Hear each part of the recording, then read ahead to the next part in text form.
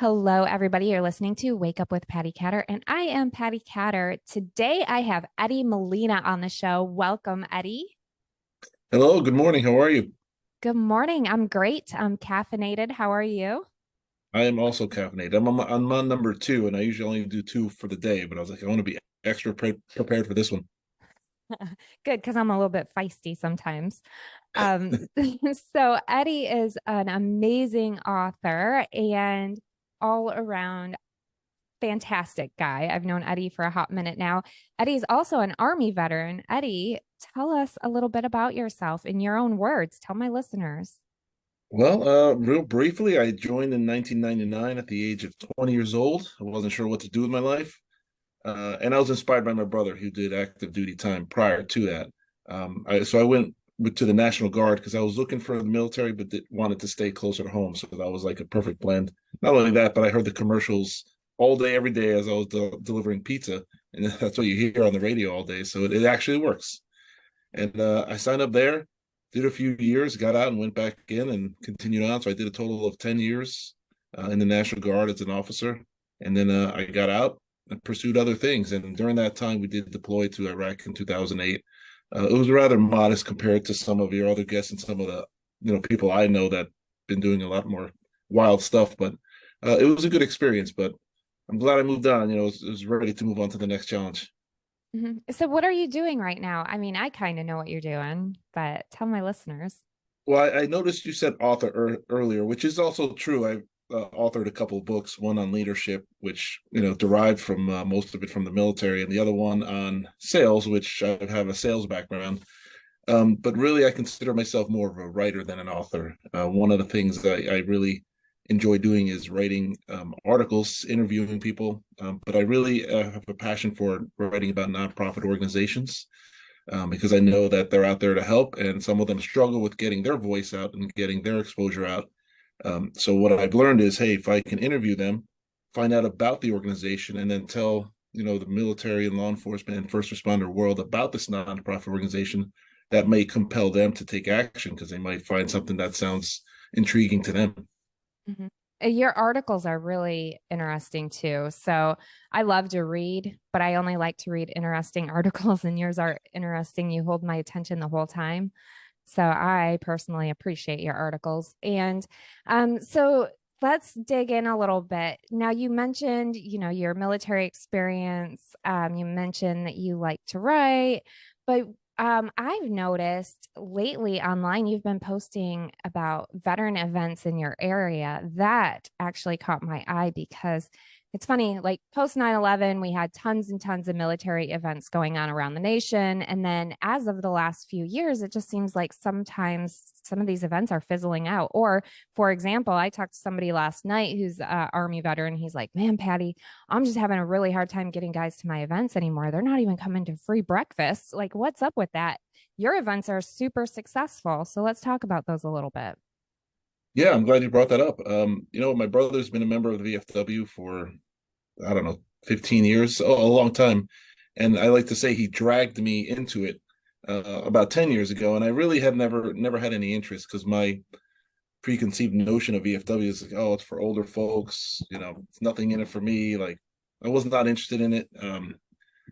So this year, I would say less than a year ago, I decided, you know what, instead of resisting, why don't I find ways to use it, get involved, and find ways to bring it back to what it was originally meant for. So we started hosting events, with the idea of bringing veterans out, and a lot of it's inspired by this one nonprofit called the Reverend Warriors, where they take all military, whether you're active duty, you're just joined, long-term veteran, everything in between, and they go on these hikes, these pre-planned hikes throughout different cities throughout the country. And the whole idea is just to get veterans together, socialize, meet each other, and find out, hey, you might find somebody that you can relate to, whether you relate to them because you both struggle with post-traumatic stress, or whether you just have a good time. They create these opportunities. So I'm like, you know what? Let's find activities so that we can just invite veterans out, all military as well. So for the same reason, just come out, get together. And so I really embraced the VFW recently, and I'm trying to bring it back to what it was originally meant for, because a lot of them have really devolved into just watering holes, unfortunately, which is fine. That's one social event, but there's got to be others. So we're looking to get creative. We're looking to find different type of events so that we can attract different veterans. And one of the keys is I am looking for different type of events because I know with the concert that we did over the summer, I've invited a lot of veterans that I know that are in this Northeast, and some of them were like they don't like the noise. It's a little too hectic for them. It triggers them, which I understand. And then we did something with a comedy show. I was like, all right, that's a little bit more mellow, not as chaotic. And now we're doing a hypnosis show, which is a different one, but similar. But we're trying to get creative and just get them out, just socialize, and let them know that hey, you can meet somebody that can change your life. I absolutely love that. Have you ever been hypnotized? No, I haven't. No, I haven't. I've been watching the videos of the performer. He's incredible. He's probably one of the nation's best, and we got lucky with him that he did it for next to nothing because he's local and he's a huge veteran supporter. I've never That's done it. awesome. I did do one of those weight loss diet ones at like the county college, like one nighters. I was like, well, just it's $50. Let me just try it out of curiosity. But it was a class setting, and it was more of an introduction to the idea. But that was the closest I came. I'm not against it. It's just the thought of it kind of spooks me. I mean, I could hypnotize you on the show right now. Um, I'm I just kidding. mean, it's your show. I I was gonna won't say, I don't want. It's your show. You can do it. I mean, But I'll wait till afterwards. We'll talk. Um, so so one thing that I think is really fun is that you are thinking about the different types of events to get to the different types of veterans because let's face it, everybody's different, right? I've seen comedy work for the veterans and for people in general, and then also the hypnotists. That's going to be really a fun event, and I'm kind of curious: is it more like for fun, or people can get hypnotized to overcome some things like PTSD, or is it just like more entertainment this time around? this guy he does it all. He has clients that he helps personally with smoking cessation or alcohol or just trying to improve themselves. But he's also very funny, so he does it in the comedy sense as well. So he does have therapeutic effects, hypnotist, and he does have the entertainment comedy part of it too. Huh, interesting. All right. So last year I took some classes on how to hypnotize people. Just FYI. Yeah, you know what he Sounds said? He said that he's like, I can teach you. He's like, it's not hard. It's really simple. And I was like, that seems like a godlike power that I don't want to tinker with. I don't know what I'm getting myself into. But now the more I talk about it, and the more I look into it, I'm kind of curious myself to see what's involved. And it doesn't sound hard. No, I mean, part of the battle is actually getting people to believe that you can hypnotize them. That's the biggest thing you have to do. But so okay, let's talk about how are you getting to the veterans? Because one of the other questions I had pop up last week is I had a lady say, "Hey, I really want to help do something for veterans." So I just told her, in my experience, you just go out and you find organizations that need help. Is that what you did? Is that how you found this irrelevant warriors, or how did you find your people? It's a work in progress, and what I'm trying to do is create a sort of like a system of how to put this together. And one of the next big pushes we're going to be going after are veteran-owned businesses who are also philanthropic that want to give back, because there are plenty of those. After we did the concert, we did have some local businesses that were veteran-owned. They were like, "Hey, keep us informed. This we love what you're doing. We want to sponsor it." Not just for as a business aspect, but also as to give back because they understand what veterans are going through. So we're trying to pair that up with if we could find a list of sponsors that would consider it, great. That'll help fund the operational cost of these events. And then we can, once we fund the operational costs, we can invite nonprofit organizations, especially local ones, to show up and just set up a table and like, hey, we're trying to bring in these veterans. We're trying to put together these events. We have the space. Fortunately, our VFW is one of the bigger ones, across the state. So we have the space. So we want to put it together, and really it's just a matter of word of mouth, networking, social media. The more we're doing this, the more people are intrigued and they want to get involved. And the more people that are involved, the more we can branch out. And, sometimes it comes down to just going into a local pizzeria, but hey, can you put this flyer up? Or hey, can you donate cards, gift cards, anything? And 9 times out of 10, they're receptive because they understand what we're trying to do. And they understand that we are committed to hosting these events at no charge, which is part of the challenge, but it's also part of the draw. Like, hey, you have no excuse with veterans. The isolation can be tough, so we're trying to minimize as many reasons that we can for them to not come out. But hey, it's free, it's fun. Come out. So obviously we can't force people, but we're doing everything we can to encourage it. Have you seen any veterans have a life-changing moment at any of your events, would you say?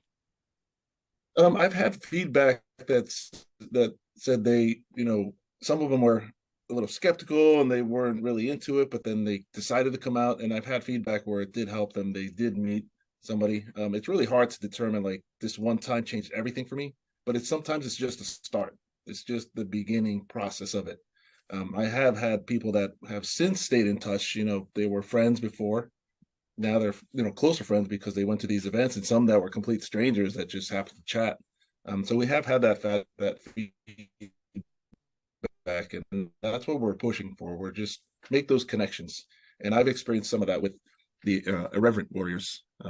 Where I met people there that I stay in touch with. And social media, I know it has its downside, but it also has its benefits. And we're able to stay in touch through social media. And then we see each other maybe once a year, twice a year, but at least that's one extra connection. And that's the whole idea. Make these connections possible so that, they can continue going forward. Mhm. Absolutely. It sounds like it made a drastic difference in your life. Now, I don't I know if mean, I'm, I've seen it. So, yeah, and yeah, it definitely has. I found a bit more purpose, as far as this creative outlet. So it is part fun, but it's also part productive too. So, knowing that it can help helps me. mhm, absolutely. I love that. That's definitely my motto as well. So, tell me about one article that you've written that you think has really impacted your life. Like, what is probably the number one article that you've written that you really, really love the most? One of my earlier ones, I this was probably 3 summers ago. It might even be pre-COVID. I don't know with COVID, the whole time thing just confuses me. But it was a veteran out in Maryland who was a farmer. Uh, we have friends in the DC area, so we were looking for a nonprofit nearby that we could visit. Because at the time I was like, going to a physical place would be fun. And someone mentioned it was called Fields for Valor Farms, and I went. My wife and I went to go volunteer on a Saturday because Saturday's the big day where they load everything on the trucks and they take the food into DC for homeless veterans and veterans with food insecurities. And as I'm talking to him, he was shaking. I thought it was nerves, because he's talking to somebody, a writer. Not that I'm important, but I thought it was that. But as we continue talking and we're walking around the farm, I start to realize that that's just who he is, and that's part of his post-traumatic stress. And he was telling me like his level of post-traumatic stress is one of the more extreme cases where he had to do 6 months inpatient therapy, and he just really had struggled for a long time. And he found relief in farming in the sense that he liked to cook, but he couldn't work in a restaurant because you know how restaurants are at peak hours in the kitchen, it's chaotic.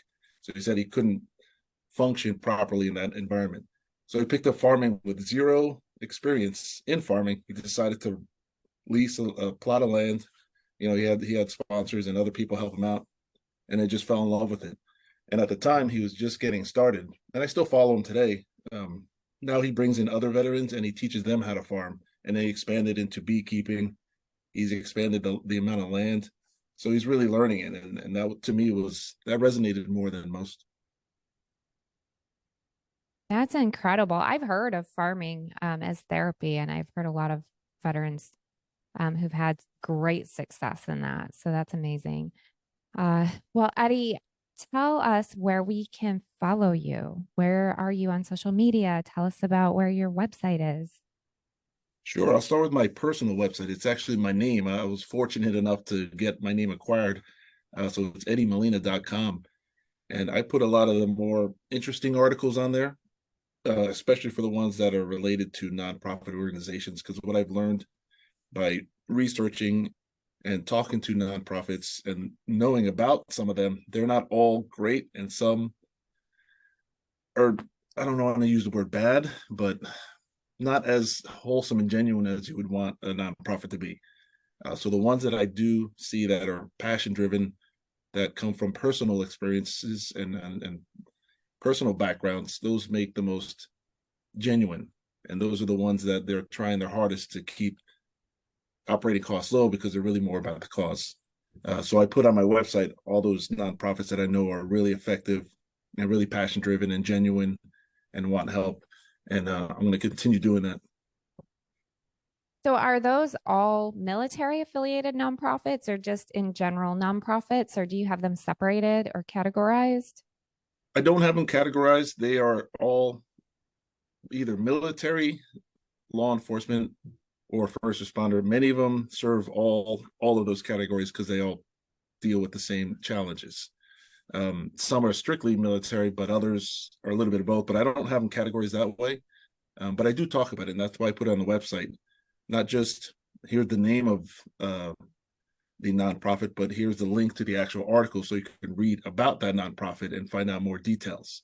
And that's one of the goals is, if they can do a quick 3-minute read, they can get all the information they want, whether it's the right nonprofit for them, or even if it's a nonprofit that they're eligible for. So that's why I do that, for the awareness part. I love that. Eddie Molina. That just rolls off your tongue when you say it the right way. It is, and here's a fun fact: that's my actual legal name because my father didn't want anyone calling me Junior, so he named me Eddie because he's Eduardo. Oh, wow. So your name is literally Edward or Eddie, not Edward. Correct. Eddie Molina, no Wow. middle name. That's a fun Mm, fact. that is a fun fact. That's a great fact. So are you on Instagram or any other social media platform? Yes, you can find me on Instagram, Ed Blue Magazine. It's one of the outlets I write for, the Blue Magazine. I post there. I post goofy videos, but I also post pictures. I'm not super active on Instagram, but it is one way you can follow me. I'm also on LinkedIn. You can find me there as well. Excellent. Thank you so much, Eddie. Do you have anything else you'd like to add today? I'm going to put you on the spot. Yes, yes. I wasn't going to mention it unless it came up organically, but I did start a t-shirt apparel business that I just launched this week. It's still a work in progress, but at least it's functional now. It's called buyherostuff.com. And I'm coming up with designs, for the hero community, whether it's law enforcement, first responder, military. And my intent is to donate a portion of those proceeds to these nonprofits that I know are genuine. So I'm trying to tie everything in together. It's amazing. And you know what? I almost forgot to ask you my key question. I've been off on a little break. What is one trial you've had in your life, and how did you overcome that trial with triumph? Um, that's a good question. Now, should it be military related or first responder related? Anything, any trial you've had in your life, and how did you overcome it? It can be one trial. I mean, we all have like a 50 million of them, but Fair. I would say one trial was, that is an on the spot question. mm-hmm, Well done. Well done. mm-hmm. Um, I would say in raising kids. Raising kids, first, we had our two children 14 months apart. They were very young. And I've learned that obviously they're going to test your patience at that young age. But also that helped me kind of look inward because I never thought post-traumatic stress was an issue with me. But then I learned it was. Like, here's an example I tell everybody. When I used to go pick up my kids from school, the younger one, there was somebody in this Muslim garb, the full black, and I used to stand at the opposite part of the parking lot because I thought it was safer, which on the surface it makes no sense, but to me it made sense. So that to me was like one of my first. Oh, maybe I did have some level of post traumatic stress, but I didn't realize it. Mhm. So that kind of started the ball rolling with digging into other things. And then I learned that, my responses to some of what the kids were doing was more about me than it was them. So, once I kind of learned that, now I kind of took a step back. So when the kids do something, I'm like, hold on, is it really them and what they're doing, or is it really my response to what they're doing? And that Good helps for me. you. Yeah, and the first couple of years of even now, but the first couple of years were especially trying because they were so small and so close together in age. But that all kind of happened in the same thing. So that was really a really huge trial to overcome. That's not perfect now, but it's a lot better than when it was. Oh my gosh, I love it. It's so important to remember like the way that people are treating you, the things that our kids do, the way we respond is how we respond. And it's, they can't make us do it, especially kids, right? So as a parent, you're probably like, oh my gosh, you're, talking too loud, you're driving me crazy. And then really it's just because you already had a long day and you were working or whatever. It really wasn't their fault, that you had all these other things going on. So I love that Yeah, you shared that. That's an important key. yeah. That was raw because I didn't have any prep time for that, so that came out. I love that. Thank you, Eddie. Thank you so much for joining me. You are welcome to come on my show anytime. I don't make that offer to just anybody, but I do appreciate you. I appreciate your spirit. You're always helping other people, and I think that's amazing. So, everybody, make sure you go over to eddiemolina.com. I'll have that hooked up on my website as well, so you can click the links. I appreciate you so much, Eddie. And thank you, everybody, for listening this week. And yeah, just have a great, great rest of your day. Awesome. Thanks, everybody. Good luck. Thank you.